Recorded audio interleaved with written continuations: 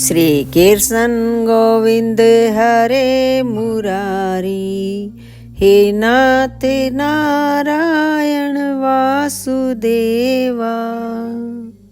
श्रीमद् भागवत को नमस्कार, व्यासदेव जी को नमस्कार, श्री सुखदेव जी को नमस्कार, विदुर जी को नमस्कार करके आज के अध्याय का आरंभ करते हैं।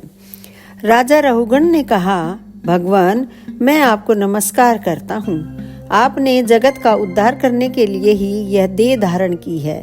योगेश्वर, अपने परमानंद में स्वरूप का अनुभव करके आप इस स्थूल शरीर से उदासीन हो गए हैं तथा एक जड़ ब्राह्मण के वेश से अपने नित्य ज्ञान में स्वरूप को जनसाधारण की दृष्टि से ओझल किए हुए हैं। मैं आपको बार बार नमस्कार करता हूँ। ब्राह्मण, जिस प्रकार ज्वर से पीड़ित रोगी के लिए मीठी औषधि और धूप से तपे हुए पुरुष के लिए शीतल जल अमृत तुल्य होता है, उसी प्रकार मेरे लिए, जिसकी विवेक बुद्धि को देह अभिमान रूप विषैले सर्प ने डस लिया है, आपके वचन अमृत में औषधि के समान हैं। देव, मैं आपसे अपने संशयों की निवृत्ति तो पीछे कराऊंगा। पहले तो इस समय आपने जो अध्यात्म योग में उपदेश दिया है उसी को सरल करके समझाइए। उसे समझने की मुझे बड़ी उत्कंठा है।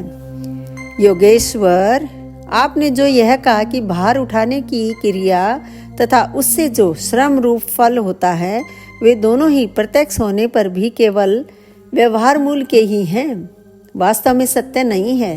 वे तत्व विचार के सामने कुछ भी नहीं ठहरते।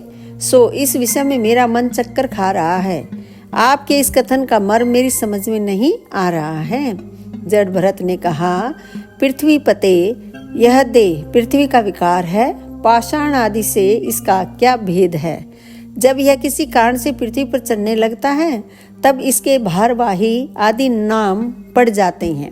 इसके दो चरण हैं, उनके ऊपर कर्मशः टखने, पिंडली, घुटने, जांग, कमर, वक्षस्थल, गर्दन और कंधे आदि अंग हैं। कंधों के ऊपर लकड़ी की पालकी रखी हुई है, उसमें भी सौवीर राज नाम का एक पार्थिव विकार ही है, जिसमें आत्म बुद्धि रूप अभिमान करने से तुम, मैं सिंधु देश का राजा हूँ, इस प्रबल मद से अंधे हो रहे हो। किंतु इसी से तुम्हारी कोई श्रेष्ठता सिद्ध नहीं होती। वास्तव में तो तुम बड़े क्रूर और धृष्ट ही हो।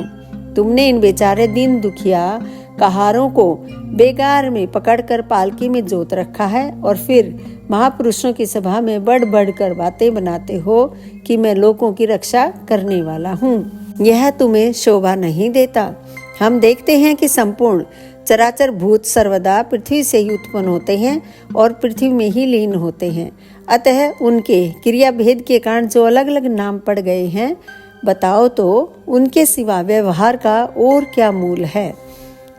इस प्रकार पृथ्वी शब्द का व्यवहार भी मिथ्या ही है, वास्तविक नहीं है, क्योंकि यह अपने उपादान कारण सूक्ष्म परमाणुओं में लीन हो जाती है और जिनके मिलने से पृथ्वी रूप कार्य की सिद्धि होती है, वे परमाणु अविद्यावश मन से ही कल्पना किए हुए हैं। वास्तव में उनकी भी सत्ता नहीं है। इसी प्रकार और भी कुछ पतला मोटा, छोटा बड़ा, कार्य कारण तथा चेतन और अचेतन आदि गुणों से युक्त द्वैत प्रपंच हैं। उसे भी द्रव्य, स्वभाव, आश्रय, काल और कर्म आदि नामों वाली भगवान की माया का ही कार्य समझो। विशुद्ध परमार्थ रूप अद्वितीय तथा भीतर बाहर के भेद से रहित परिपूर्ण ज्ञान ही सत्य वस्तु है। वह सर्वांतरवर्ती और सर्वथा निर्विकार है। उसी का नाम भगवान है और उसी को पंडित जन वासुदेव कहते हैं। रहुगण, महापुरुषों के चरणों की धूलि से अपने को नहलाए बिना केवल तप, यज्ञ आदि वैदिक कर्म, अन्न आदि के दान, अतिथि सेवा, दीन सेवा आदि गृहस्थोचित धर्मानुष्ठान, वेदाध्ययन अथवा जल, अग्नि या सूर्य की उपासना आदि किसी भी साधन से यह परमात्म ज्ञान प्राप्त नहीं हो सकता। इसका कारण यह है कि महापुरुषों के समाज में सदा पवित्र कीर्ति श्री हरि के गुणों की चर्चा होती रहती है, जिससे विषय वार्ता तो पास ही नहीं फटकने पाती। और जब भगवत कथा का नित्य प्रति सेवन किया जाता है तब वह मोक्षाकांक्षी पुरुष की शुद्ध बुद्धि को भगवान वासुदेव में लगा देती है। पूर्व जन्म में भरत नाम का राजा था। ऐहिक और पारलौकिक दोनों प्रकार के विषयों से विरक्त होकर भगवान की आराधना में ही लगा रहता था। तो भी एक मृग में आसक्ति हो जाने से मुझे परमार्थ से भ्रष्ट होकर अगले जन्म में मृग बनना पड़ा। किंतु भगवान श्री कृष्ण की आराधना के प्रभाव से उस मृग योनि में भी मेरी पूर्व जन्म की स्मृति लुप्त नहीं हुई। इसी से अब मैं जन संसर्ग से डर कर सर्वदा असंग भाव से गुप्त रूप से ही विचरता रहता हूँ। सारांश यह है कि विरक्त महापुरुषों के सत्संग से प्राप्त ज्ञान रूप खड्ग के द्वारा मनुष्य को इस लोक में ही अपने मोह बंधन को काट डालना चाहिए। फिर श्री हरि की लीलाओं के कथन और श्रवण से भगवत स्मृति बनी रहने के कारण वह सुगमता से ही संसार मार्ग को पार करके भगवान को प्राप्त कर सकता है। दोस्तों, यहाँ पर यह अध्याय समाप्त होता है। आप मेरे वीडियो रोजाना देख रहे हैं, लाइक कर रहे हैं, शेयर भी कर रहे हैं, उसके लिए आपका बहुत बहुत धन्यवाद। आपसे मेरी एक विनती है कि अगर आपको मेरे वीडियो अच्छे लगते हैं तो चैनल को सब्सक्राइब करें और कमेंट्स भी डाल दिया करें। धन्यवाद दोस्तों।